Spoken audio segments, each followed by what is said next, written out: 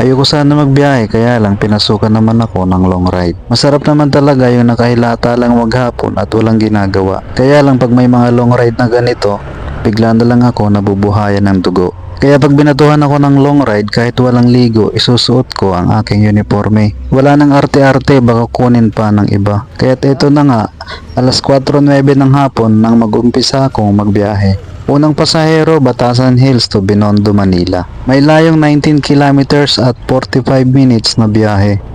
Sa tagal nga ng biyahe, siguradong sasakit ang pet mo. Pero ito talaga yung gusto ko, yung sumasakit yung pet ko. Dahil pag sumakit ang pet ko, sigurado malaki-laki ang kinita ko. Biro lang. Fast forward, nandito na nga kami sa Binondo.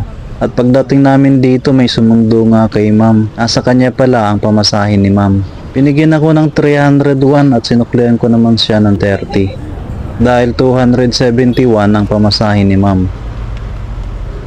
Pangalawang pasahero ko pala dito si Piolo Pascual. Piolo lang pala. Hindi ko na alam ang kanyang apelyido.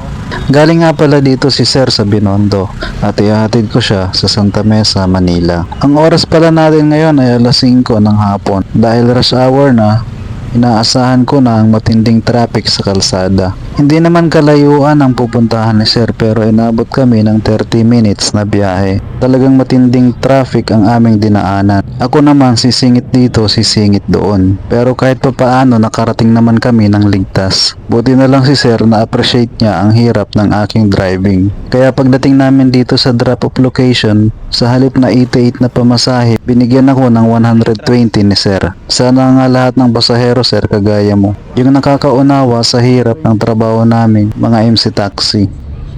5:59 ng hapon pumasok na nga ang aking pangatlong booking. Ang pick up, Santa Mesa, Manila going to Ortigas. Isang matinding traffic na naman ang aking pagdadaanan. Mas matindi pa sa nauna kanina. Pag mga ganitong oras talaga, asahan mo na ang matinding traffic. Kahit sa ang sulok ng Metro Manila, hindi ka makakaligtas sa traffic.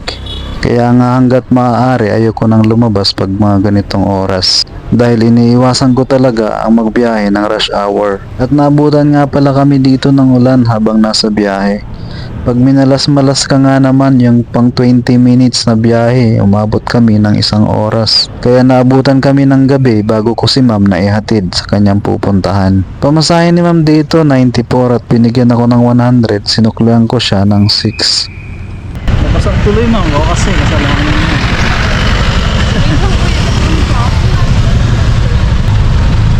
Ano, okay na ma'am? Lilipad na tayo.